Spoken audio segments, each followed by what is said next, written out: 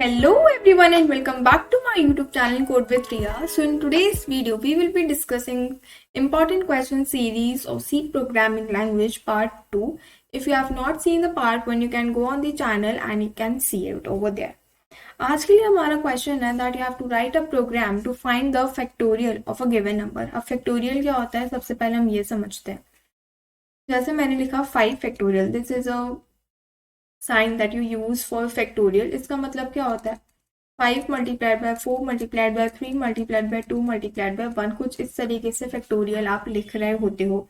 उसको अब हम एक प्रोग्राम में किस तरह से इम्प्लीमेंट करते हैं let's see.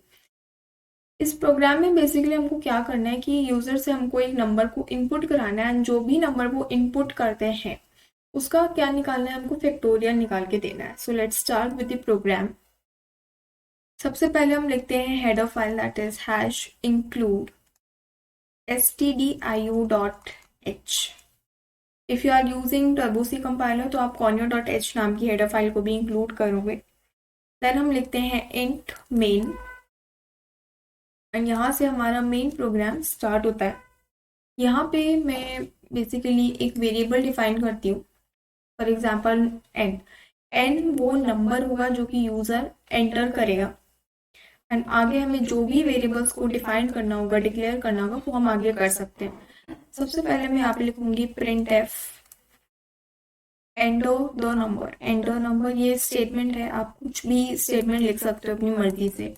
It totally depends on you. Then हम लिखते हैं scan F percentage D. Integer type का है क्योंकि ये यहाँ पर हम लिखते हैं एम्परसेंट एन सेमीकोलन.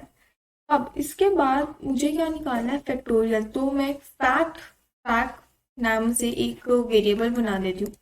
फैक्ट नाम से मैंने क्या करा है यहाँ पे एक वेरिएबल बनाया है जिसको मैंने इनिशियलाइज करा है विथ 1.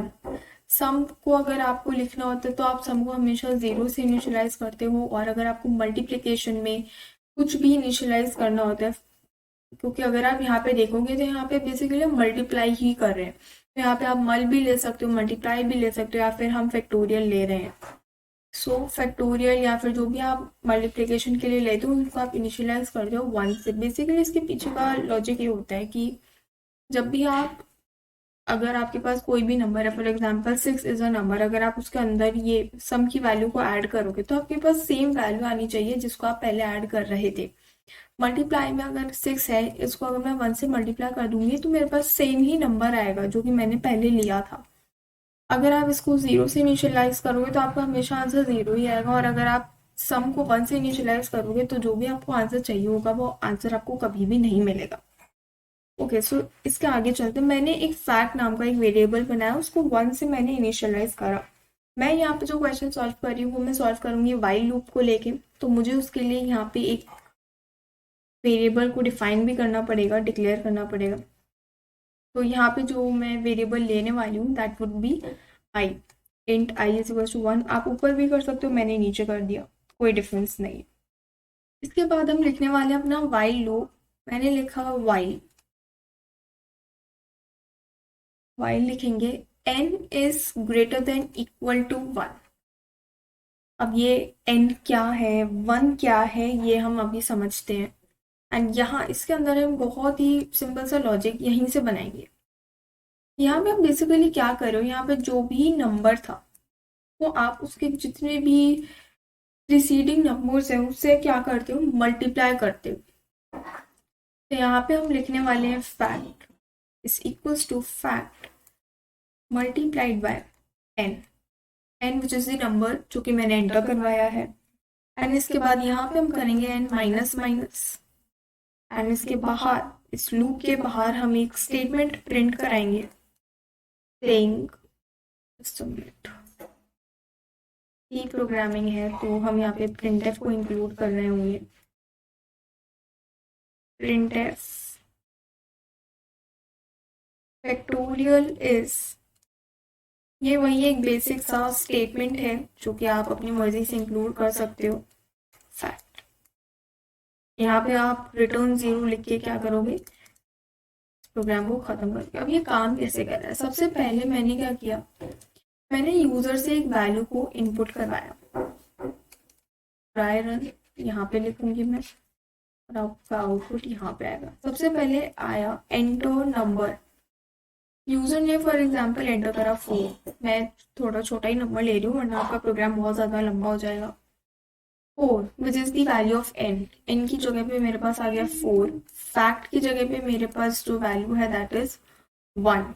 नाउ कंडीशन चेक हुई यहाँ पे, इज 4 ग्रेटर देन और equal to 1, condition is true. अब हमने यहाँ पे 1 क्यों लिया, ये भी आपके दिमाग में एक क्वेश्चन आ सकता है। 1 हमने इसलिए लिया क्योंकि चाहे हम कोई सा भी फैक्टोरियल अगर निकालने की कोशिश करो, वो जहाँ लास्ट तक जो जाएगा वो हमेशा 1 तक जाएगा। अगर आप 1 को इंक्लूड नहीं करना चाहते हो तो आप 2 लिख सकते हो, बट फिर आप फैक्टोरियल नहीं निकाल रहे होंगे क्योंकि फैक्टोरियल तो आपका पूरा टोटल 1 तक ही जाता है। तो 1 से ये नीचे नहीं जाना चाहिए, 1 तक ही जाना चाहिए, इसलिए यहाँ पे हमने 1 को इंक्लूड करा है। कंडीशन यहाँ पे ट्रू हो गई तो हम इसके अंदर आ गए। Now fact is equals to fact की ओरिजिनल वैल्यू जो हमने इनिशियलाइज करी थी that was 1। So 1 multiplied by n की एक्चुअल वैल्यू दैट इज 4 जो कि हमने यूजर से एंटर करवाई है। तो फैक्ट के अंदर 4 स्टोर हो गया, पहले 1 था अब 4 स्टोर हो गया। अब हुआ n minus minus n which was 4 minus minus होकर इसकी वैल्यू हो गई 3। कंडीशन चेक हुई, इज 3 ग्रेटर देन और equal to 1, the condition is true because 3 is greater than 1। हम वापस से इसके अंदर आए, fact is equal to fact की वैल्यू है अब 4, तो 4 को आप मल्टीप्लाई कर रहे होंगे किससे, n की actual value which is 3 right now, ये यहाँ पे हो गया 12। देन वापस से आपका n माइनस माइनस होगा, n माइनस माइनस होके जो आपकी 3 वैल्यू हो गई थी वो हो जाएगी अब 2। कंडीशन चेक होगी, is 2 less than, is 2 greater than 1, तो कंडीशन इज ट्रू।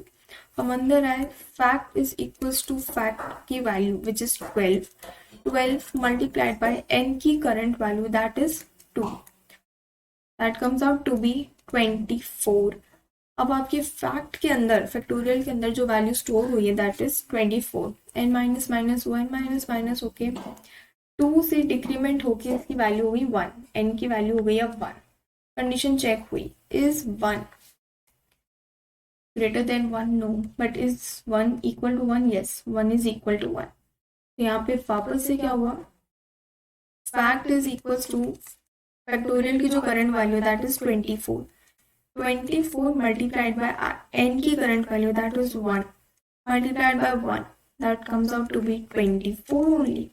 वापस से डिक्रीमेंट हुआ, अब n की वैल्यू यहाँ पे 1 से हो गई 0। कंडीशन चेक हुई, इज 0 ग्रेटर देन और equal to 1, condition is false. आप इस लूप से एग्जिट मार जाते हो एंड यहाँ ये वाला स्टेटमेंट आपका प्रिंट हो जाता है which is factorial is, and जो भी आपकी फैक्टोरियल की वैल्यू आई है दैट इज 24। आप 24 यहाँ पे लिखते हो एंड आपका जो प्रोग्राम है वो सॉल्व हो जाता है। तो आप यहाँ हर एक स्टेप पे क्या कर रहे हो, सबसे पहले आपने 4 को मल्टीप्लाई किया, सबसे पहले आपने क्या किया, 4 को मल्टीप्लाई करा, यहाँ पे आपने पहले 4 को मल्टीप्लाई करा, देन आपने 3 को मल्टीप्लाई करा, देन आपने 2 को मल्टीप्लाई किया एंड देन आपने 1 को मल्टीप्लाई किया।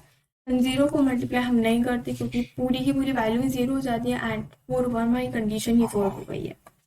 तो यहाँ पे आपको इसका फैक्टोरियल मिल रहा है दैट इज 24। तो इस तरीके से आप अपने जो भी क्वेश्चन है उसको सॉल्व कर सकते हो। मैंने यहाँ पे एक छोटी वैल्यू ली थी दैट वाज 4, अगर आप कितना भी बड़ा नंबर क्यों ना ले लो आपको आपका आंसर मिलेगा।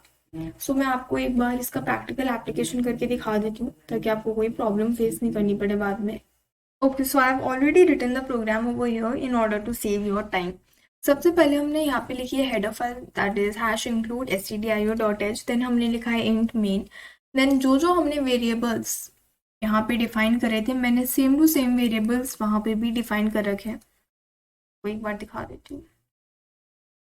int n and fact को हमने 1 से इनिशियलाइज करा है। printf हमने लिखा है enter number whichever the number user will enter, हम उसका फैक्टोरियल निकाल के देंगे। यहाँ पे स्कैनफ में n में मैंने वो वैल्यू को स्टोर करवा लिया। यहाँ पे हमने कंडीशन लगाई है वाइल लूप के साथ that n should be greater than equal to 1। यहाँ पे हमने लॉजिक लिखा है that fact is equal to fact multiplied by n and यहाँ पे हमने n माइनस माइनस लिखा है, यहाँ पे एक सिंपल सा स्टेटमेंट हमने प्रिंट करा दिया है। Already explain you the program, so हम यहाँ पे एक बार इसको कंपाइल करके रन करके देख लेते हैं कि हमारा प्रोग्राम ढंग से काम कर रहा है या नहीं। एंटर नंबर, सबसे पहले मैं 4 एंटर करती हूँ। वहाँ पे भी हमारा आंसर 24 ही आ रहा था, यहाँ पे भी हमारा आंसर 24 ही आ रहा है। वापस करके देख लेते हैं।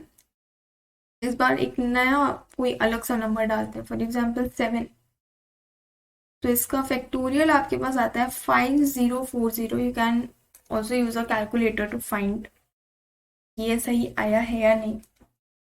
So yeah, that's all for today. Subscribe my channel if you are new to my channel, and don't forget to hit the bell icon. Part 3 will be coming in the next video with another important question. So yeah, that's all for today. Subscribe my channel if you are new to my channel, and don't forget to hit the bell icon.